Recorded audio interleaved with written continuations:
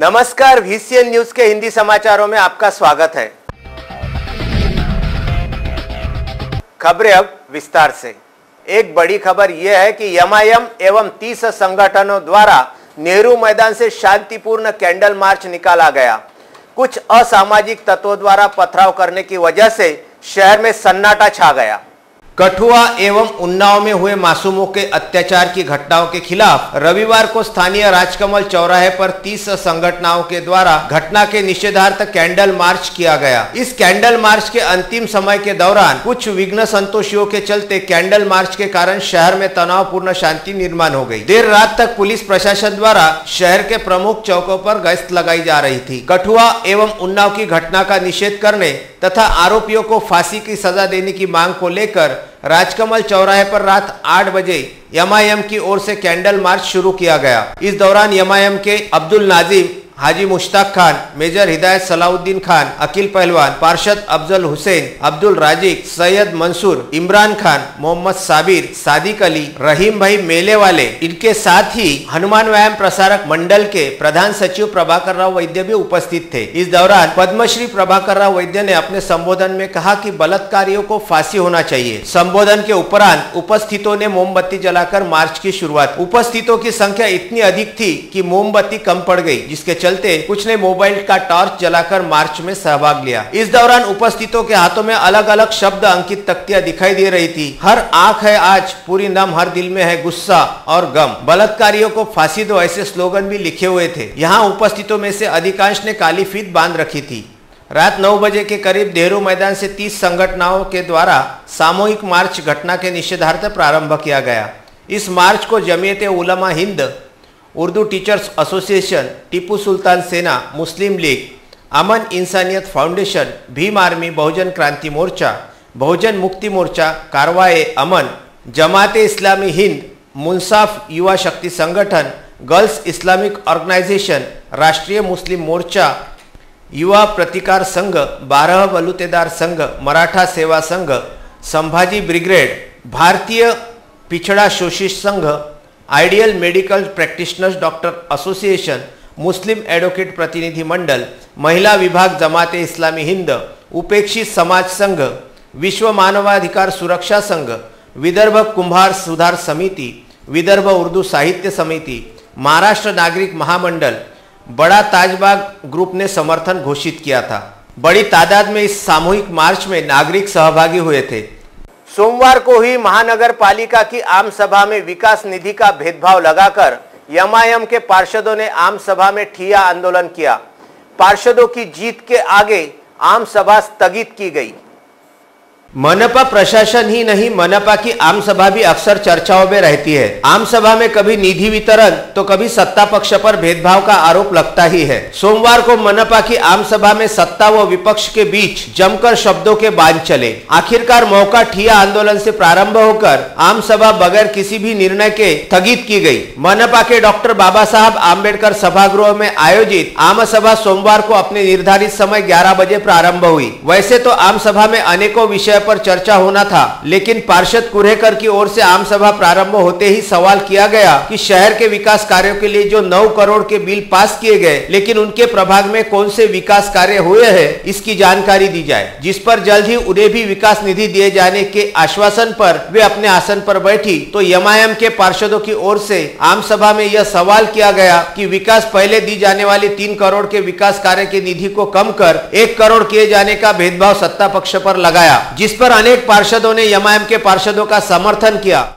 आज अमरावती महानगर पालिका के अंदर आम सभा की सभागृह के अंदर पिछली आम सभा जो बजट की आम सभा थी उसका कार्यान्वयन कायम किया जा रहा था, जिसके अंदर पिछले आम सभा में हम लोगों ने मुस्लिम डबल घटक जिसके अंदर 1 करोड़ की तरतूद दी गई थी, उसको हमने 3 करोड़ का प्रस्ताव रखा।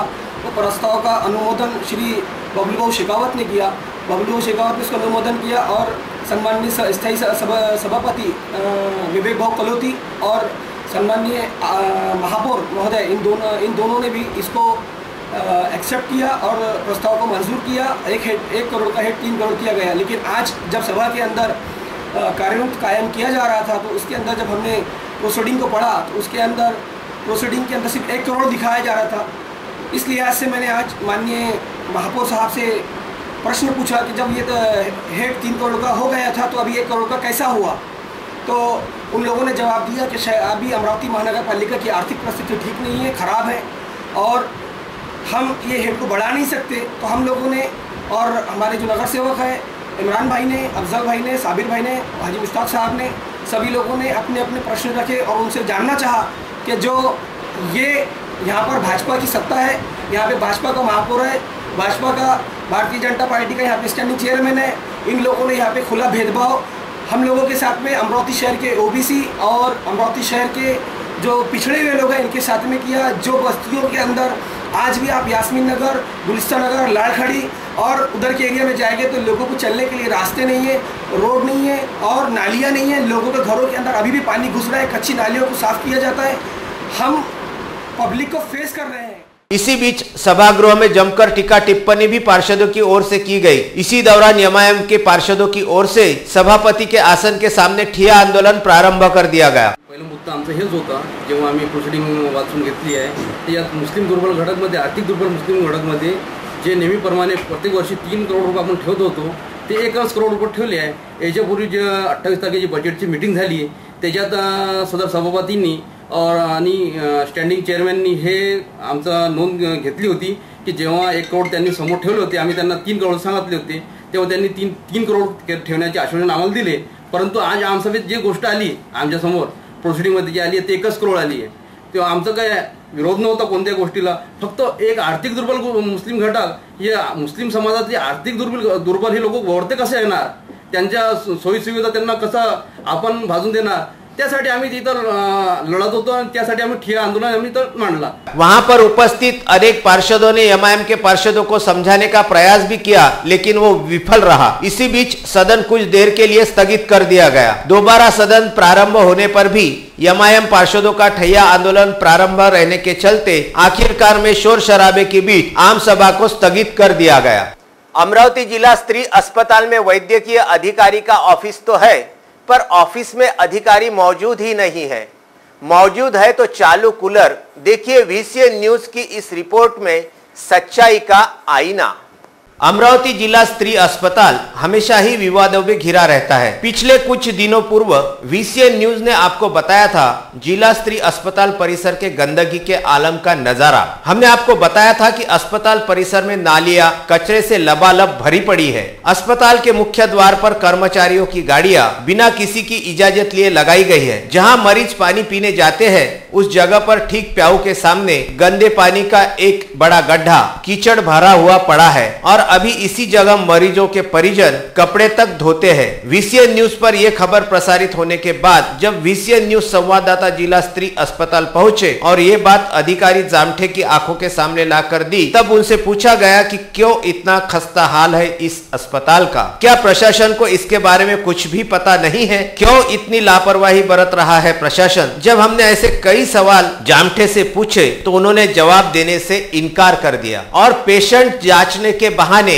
अपने दालन से चली गई। बाद में इनसे कई बार संपर्क किया गया मगर उनसे संपर्क नहीं हो पाया। जब VCN न्यूज के संवाददाता फिर सोमवार 16 अप्रैल को जिला स्त्री अस्पताल में पहुंचे और अस्पताल का जायजा लिया तो जिस जगह गंदे पानी का एक गड्ढा भरा पड़ा था उस पर लीपा पोती किए जाने का स्वांग भी रचाया गया। मान लो अगर एक बरसात भी हो जाए तो ये हाल तो फिर वही होगा ना जैसा पहले था। नालियां अब भी वैसे ही भरी पड़ी है जैसे पहले थी। ये सब मंजर देखने के बाद जब हमारे संवाददाता अधिकारी जामठे के ऑफिस में पहुंचे तो आज भी वो अपने ऑफिस में मौजूद नहीं थी। खाली दालान में अगर कोई मौजूद था तो वो था एक कूलर जो महज ऑफिस की कुर्सियों को ठंडी हवा देने का काम बड़ी ईमानदारी के साथ कर रहा था।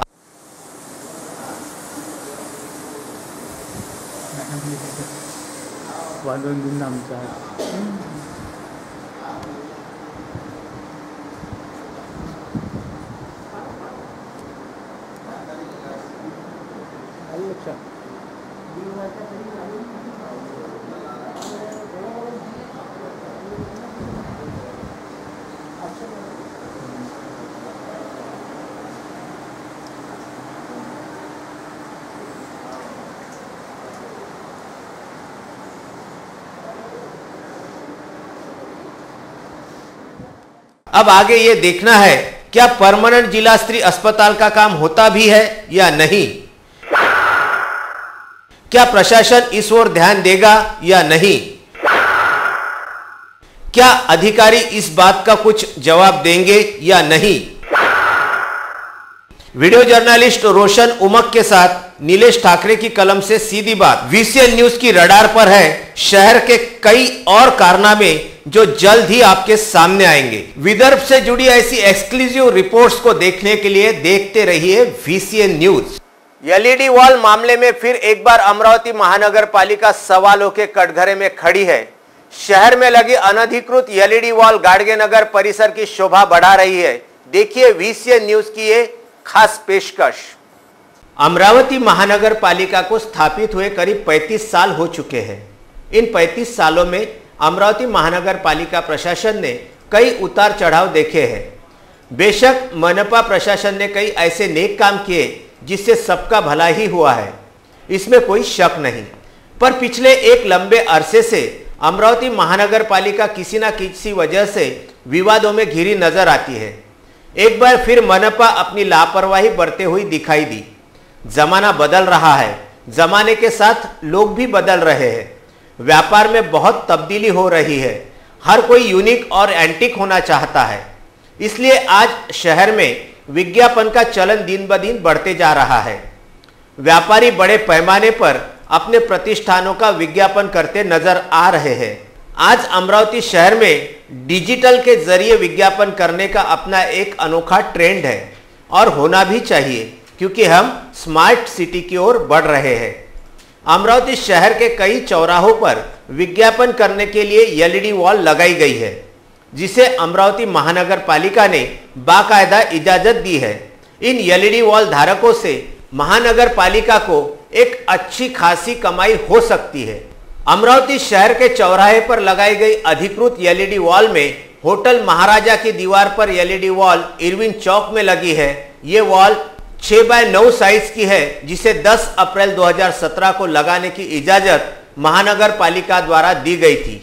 दूसरी LED वॉल संत सीताराम दास बाबा मार्केट राजकमल चौक पर है, जिसकी साइज 8x15 है। ये वॉल भी इजाजत युक्त है, जिसे मनपा ने 20 नवंबर को लगाने की इजाजत दी थी। तीसरी और वॉल लगाने की इजाजत राजकमल चौक में भिवापुरकर कॉम्प्लेक्स में दी गई है, जो 9x9 साइज की है, लेकिन जो आज तक नहीं लगी है। ये दोनों LED वॉल अधिकृत है, पर आइए हम आपको बताते हैं मनपा प्रशासन की लापरवाही का एक जीता जागता सबूत। ये देखिए, ये है अनधिकृत LED वॉल। ये वॉल लगी है ठीक गाडगे नगर पुलिस थाने के बाजू में शेगांव नाका चौक पर।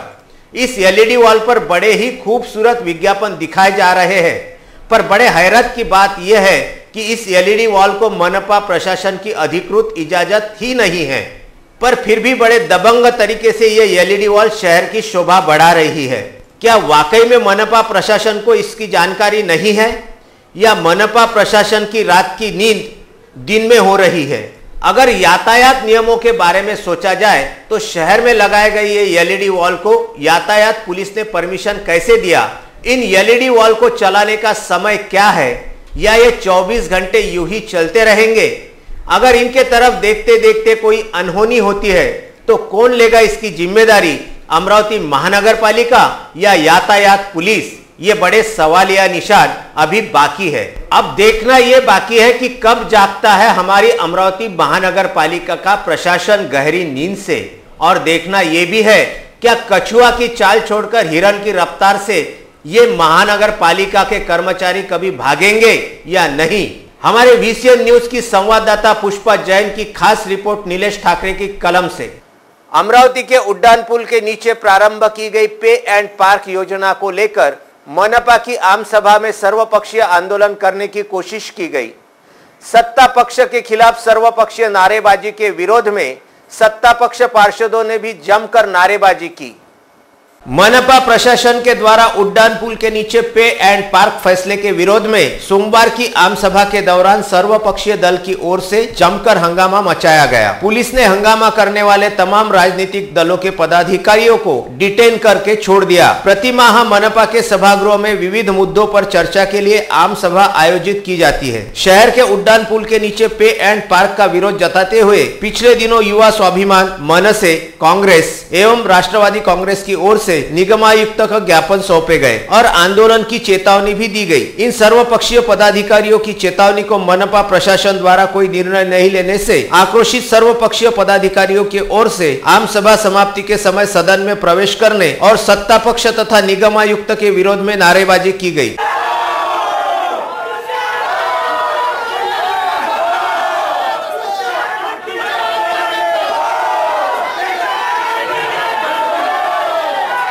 इस सर्वपक्षीय पदाधिकारियों के नारेबाजी के विरोध में सत्ता पक्ष के पार्षदों ने भी जमकर नारेबाजी की। इससे पहले आंदोलनकर्ताओं ने योजनाबद्ध तरीके से अपने वाहनों से निगमायुक्त के वाहन को घेर रखा था, लेकिन आम सभा के बीच में ही मनपा कर्मियों ने आंदोलनकारियों के वाहन हटा दिए और निगमायुक्त रवाना हो गए, जबकि आंदोलनकारियों को पुलिस ने डिटेन कर लिया। हिंदी तथागत महानाट्य का 75वां प्रयोग आगामी 27, 28 तथा 29 अप्रैल को अमरावती शहर के हनुमान व्यायाम प्रसारक मंडल के प्रांगण में किया जा रहा है। ऐसी जानकारी पत्रवार्ता में दी गई। बौद्ध धम्म 3 सिद्धांताची दीक्षा देतो। प्रज्ञा, करुणा आणि समता बौद्ध धर्म जगातील शोषण थांबवू शकतो। माझा असा विश्वास आहे की एक दिवस मानवतेच्या रक्षणासाठी सारं जग बौद्ध धम्माचा स्वीकार करेल। इन मराठी पंक्तियों को लिखने वाले महामानव डॉक्टर बाबा साहब आम्बेडकर ने हमेशा ही नेक मार्ग पर चलना उचित समझा तथा तथागत गौतम बुद्ध के विचारों को अपनाया। भगवान गौतम बुद्ध के जीवन चरित्र पर आधारित तथागत महानाट्य का 75वां प्रयोग आगामी 27, 28 और 29 अप्रैल को अमरावती शहर के हनुमान व्यायाम प्रसारक मंडल प्रांगण में होने जा रहा है। ऐसी जानकारी आयोजकों ने प्रेस वार्ता में दी है। पहली बार शरद क्रीड़ा और सांस्कृतिक प्रतिष्ठान पुणे और युवा संवाद अमरावती के द्वारा तथागत महानाट्य का आयोजन किया है। अंबेडकर जयंती, बौद्ध जयंती इनका मेल साध कर ये महानाट्य करने की कोशिश है। आज संपूर्ण देश में जो समाज के प्रति एक सामाजिक अभिसरण की जो प्रक्रिया चालू है, वो प्रक्रिया को अच्छी स्थिति में लाने के लिए ऐसे महानाट्य की बहुत ज़रूरत है। और डॉक्टर बाबा साहेब अम्बेडकर ने जो बुक लिखी है, बुद्ध और उनका धम्म, वो बुक पे आधारित ये महानाट्य है। 27, 28 और 29 अप्रैल 3 दिन ये हनुमान व्यायाम प्रसारक मंडल के ग्राउंड पे ये महानाट्य होगा। मेरी विनती है सभी महानुभावों से, सभी समाज के सभी लोगों से कि कृपया इस अवसर का लाभ उठाएं और आप ये महानाट्य जरूर देखें। इस हिंदी महानाट्य का वैशिष्ट्य यह है कि इस महानाट्य में 150 कलाकारों समेत पालकी, घोड़े, रथ एवं 2 मंजिली रंगमंच का समावेश है।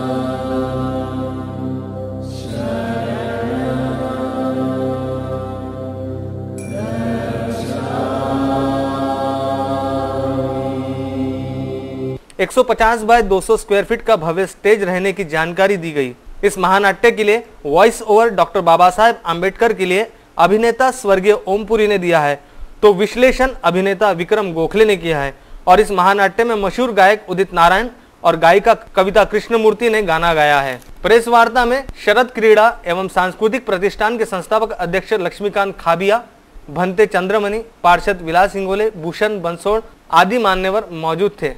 खबरों में अब वक्त हो चला एक छोटे से ब्रेक का। कहीं मत जाइए, देखते रहिएगा VCN न्यूज।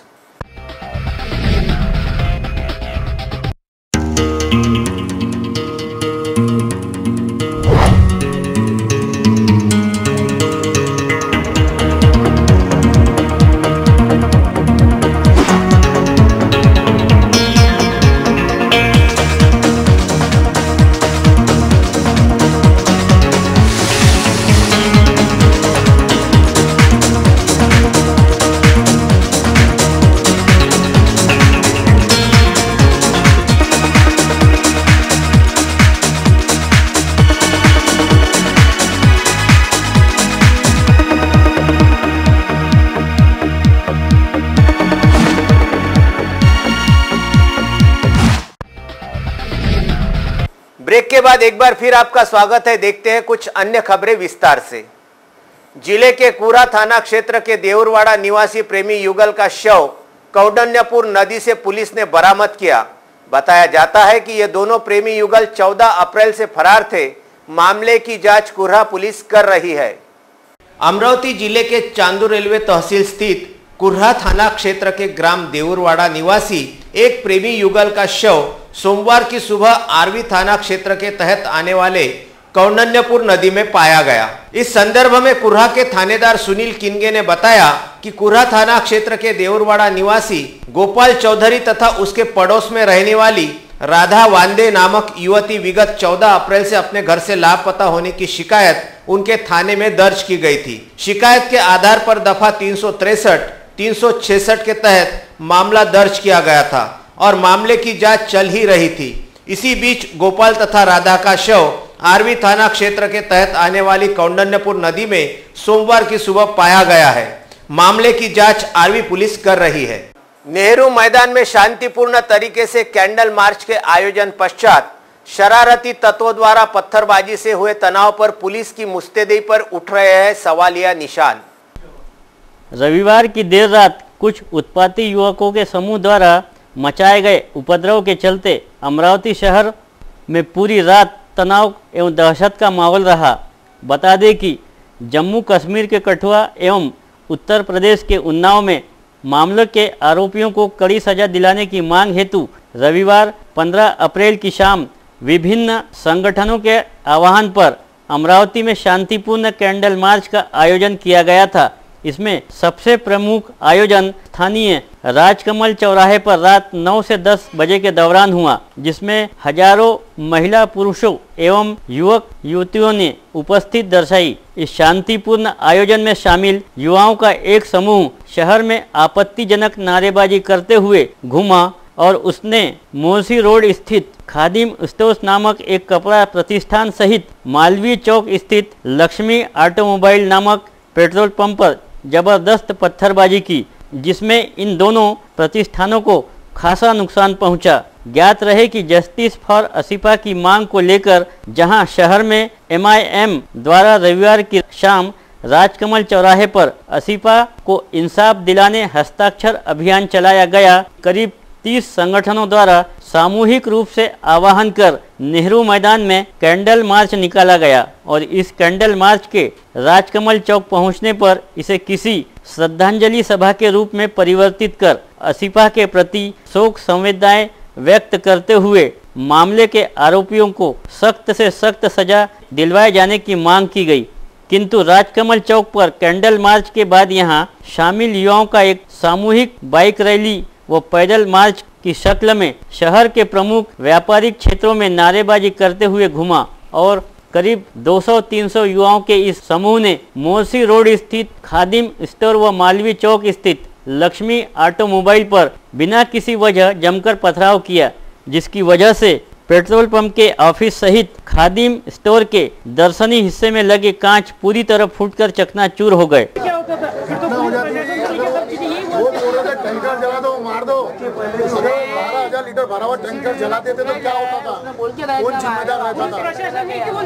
हम लोग यहाँ पब्लिक सेवा के लिए बैठे। अगर इस तरह की घटनाएं खुलेआम हो रही है, इसका जिम्मेदार कौन है? उनके हाथ में बड़ी बड़ी लकड़ियाँ थी, बड़े बड़े पत्थर थे।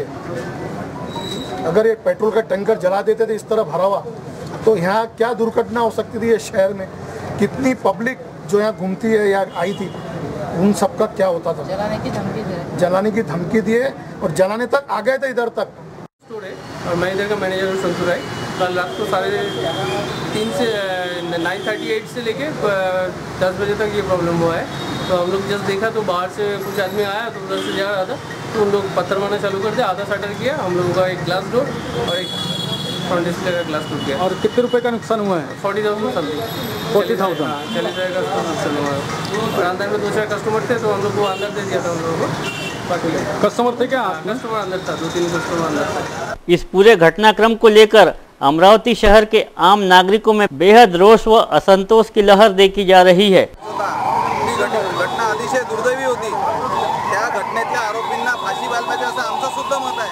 आणि आजच्या कॅन्डल मार्चमध्ये आमचेही लोक होते, आमच्या मुली सुद्धा होत्या, तरी सुद्धा सामाजिक तेढ निर्माण करण्यासाठी काही विशिष्ट लोकांनी हे षडयंत्र रचलेलं आहे आणि निरपराध ज्यांचा काही संबंध नाही त्या लोकांची दुकानं फोडलेली आहे। म्हणून आमचा डायरेक्ट यांच्याशी आरोप आहे की यांच्यावर गुन्हा दाखल झाले पाहिजे, यांना अटक सुद्धा झाली पाहिजे। आणि जी घटना तिकडे झालेली आहे, ज्या घटनेसाठी हा कॅन्डल मार्च होता, त्या घटनेतल्या आरोपींना सुद्धा आमचं मत आहे की मोठ्यात मोठी जेवढी मोठी सजा होतं ते करायला पाहिजे, फाशी सुद्धा द्यायला पाहिजे। आमचं त्यात दुमत नाही, परंतु त्याच्यासाठी इथल्या लोकांना वेठीस धरणं हे चुकीचं आहे। आमच्या मुली सुद्धा त्यामध्ये होत्या, त्यांची सुद्धा बऱ्याच प्रकारे हेळसांड झालेली आहे आणि ते दुकानं फोडल्या त्या आरोपींना तर यांनी तात्काळ अटक करायला पाहिजे आणि त्यांच्यावर गुन्हे दाखल करायला पाहिजे। साथ ही इस घटना को लेकर पुलिस की भूमिका एवं मुस्तैदी पर भी सवालिया निशान उठाए जा रहे हैं। काल झालेला कॅन्डल मार्च नंतरचा जो काही प्रकार झालेला आहे त्याच्यामध्ये कोतवाली पोलीस स्टेशन अंतर्गत 2 गुन्हे दाखल केलेले आहेत, ज्यामध्ये पेट्रोल पंप तोडफोड आणि खादींच्या दुकानात जी दगडफेक झाली त्याच्यामधल्या गुन्ह्यामध्ये 10 आरोपी आम्ही काल अटक केलेले आहेत। आणि दुसरा जो गुन्हा आहे ज्याच्यामध्ये जमाव आणि घोषणाबाजी, तर त्याच्यावरती आयोजकांवरती गुन्हे दाखल केलेले आहेत, त्यामध्ये 12 लोकांना अटक केलेली आहे। मी आपल्यामार्फत सर्व अमरावतीकरांना विनंती करू इच्छितो की कुठल्याही प्रकारच्या अफवांवरती विश्वास ठेवू नका। पोलीस प्रशासन हे कार्यरत आहे आणि लॉ अँड ऑर्डर सगळे व्यवस्थित सांभाळली जाईल याच्याबाबत हे राहा आणि कुठेही बॅलन्स कारवाई होईल आणि कोणालाही सोडलं जाणार नाही, शांतता अबाधित राहील याची सर्वांनी कृपया करून काळजी। आज के टेक्निकल युग के जमाने में जहां बच्चे मोबाइल, लैपटॉप, कंप्यूटर पर ज्यादा खेलते नजर आते हैं, वहीं महज 4 साल का श्रीदेय इचे तबले से खेलता है और किसी भी गीत पर अद्भुत तबला बजाता है। जमाने के साथ हर कोई बदल रहा है और हर कोई बदलना भी चाहता है। अगर हम वर्तमान काल की बात करें तो आज की पीढ़ी के बच्चे हमें मोबाइल पर ज़्यादा खेलते दिखाई देते हैं। कंप्यूटर को तो बच्चे छोड़ना भी पसंद नहीं करते। आजकल बच्चे इतने बिजी हो गए कि नई टेक्नोलॉजी के साथ उनको बाकी चीज़ों के लिए समय ही नहीं बचा है। मगर कुछ बच्चे ऐसे होते हैं जो कुछ हटके करना चाहते हैं, कुछ अद्भुत अविस्मरणीय। ऐसा ही एक 4 वर्षीय बच्चा कुछ ऐसा करता है जिसे सुनकर आप भी दांतों तले उंगलियां दबाने पर मजबूर हो जाएंगे। अमरावती शहर का 4 वर्षीय श्रीदेय इचे महज 4 साल की उम्र में अद्भुत तबला बजाता है।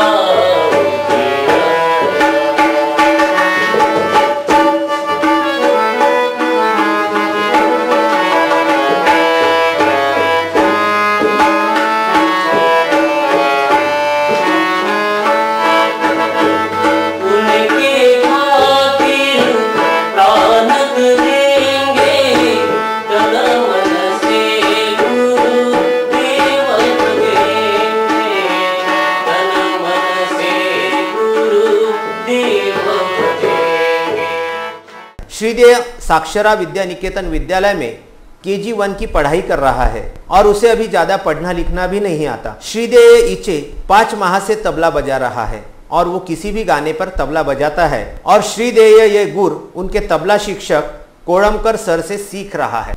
वंदनीय राष्ट्र संत तुकडोजी महाराज युवा मंच तिवसा द्वारा गुरुदेव आश्रम तिवसा में सर्वधर्मीय समाज की विश्वव्यापी सामूहिक प्रार्थना की गई। शाम के 5 बजे अचानक बेमौसम बारिश की हाजिरी जैसे साक्षात राष्ट्र संत ही अवतरित हुए हो, ऐसे भक्तिमय वातावरण में हजारों गुरुदेव भक्तों की मौजूदगी में तहसील स्तर पर विश्वव्यापी सर्वधर्मीय सामूहिक प्रार्थना कार्यक्रम बीते रविवार की शाम तिवसा स्थित आनंदराव पाटिल महाविद्यालय में संपन्न हुआ।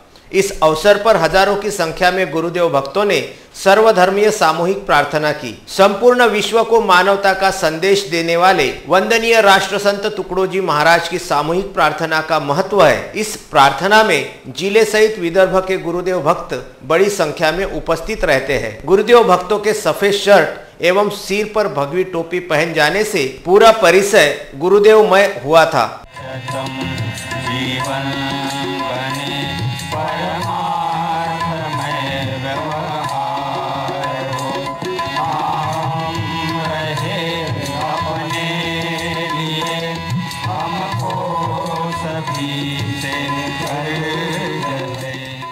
इस कार्यक्रम के अध्यक्ष बबन वानखड़े थे तो प्रमुख अतिथि के रूप में फॉरेंसिक प्रयोगशाला के उपसंचालक Vijay Thackeray, civil surgeon doctor Shyam Sundar Nikam, निवासी जिलाधीश नितिन व्यवहारे, सभी समाज के मान्यवर इस दौरान उपस्थित थे। इस अवसर पर वंदनीय राष्ट्र संत तुकडोजी महाराज पर आधारित टुकड़ा दास लघु चित्रपट का प्रदर्शन भी किया गया। तिवसा से हमारे संवाददाता स्वप्निल उमप की ये रिपोर्ट।